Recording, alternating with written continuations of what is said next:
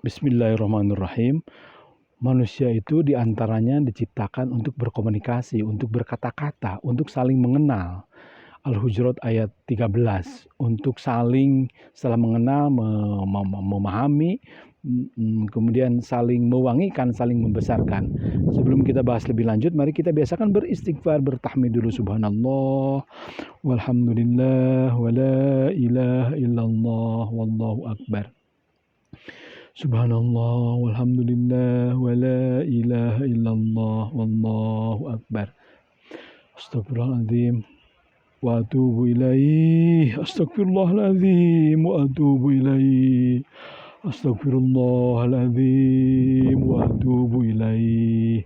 Gus Dur, Presiden Soekarno, tokoh-tokoh kita, tapi sebetulnya tidak ada tokoh itu, yang ada hanya Nabi Muhammad SAW.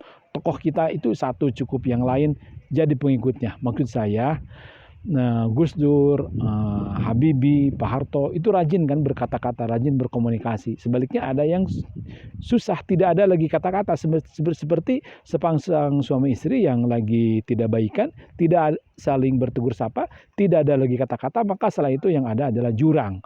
Jadi ketika tidak ada kata-kata, yang ada adalah jurang. Jurang pemisah paling tidak.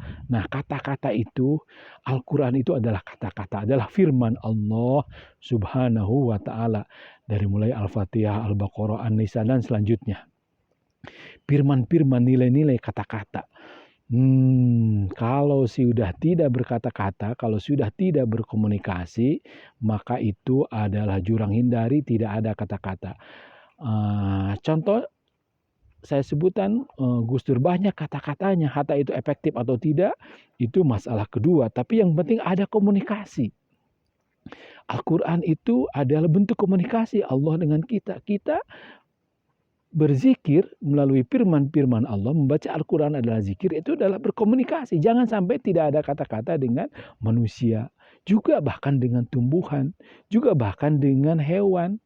Apalagi dengan Allah, dengan manusia saja tidak ada kata-kata seperti demikian, apalagi kalau dengan Allah. Nah, di Indonesia yang banyak omong, yang banyak kata-kata itu misalnya Soekarno. Juga Hatta dengan bukunya. Jangan salah, Dr. Muhammad Hatta itu banyak karyanya. Hamka dengan karyanya, Muhammad Nasir dengan karyanya. Nah, kita jangan sampai tidak ada lagi kata-kata. Jangan sampai kehabisan kata-kata. Untuk itu perlu belajar. Untuk itu perlu berhusnudon.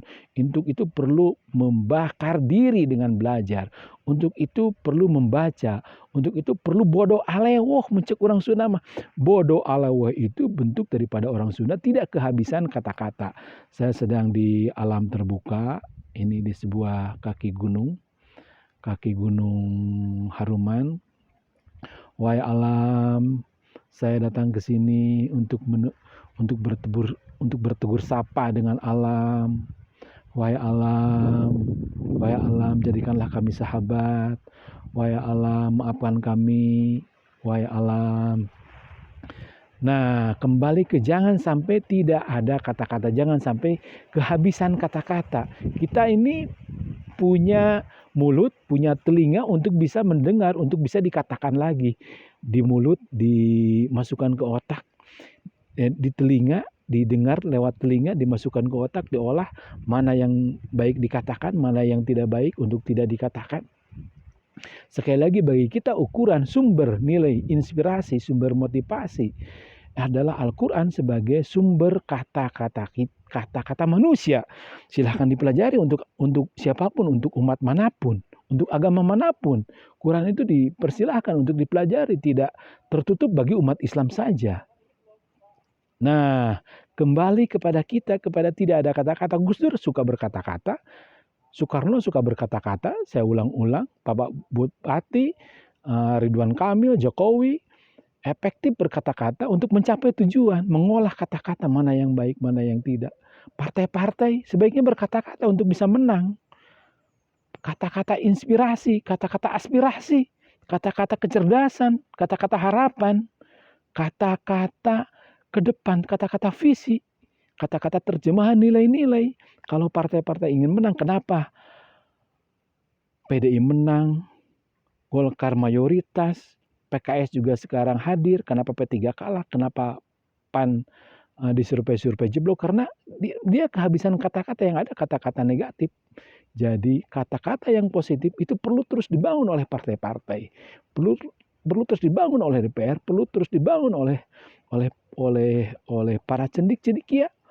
Ajaran, nilai, pengajaran, pelajaran yang terjadi ruang-ruang diskusi di kelas, di ruang-ruang akademik itu ada mimbar kata-kata.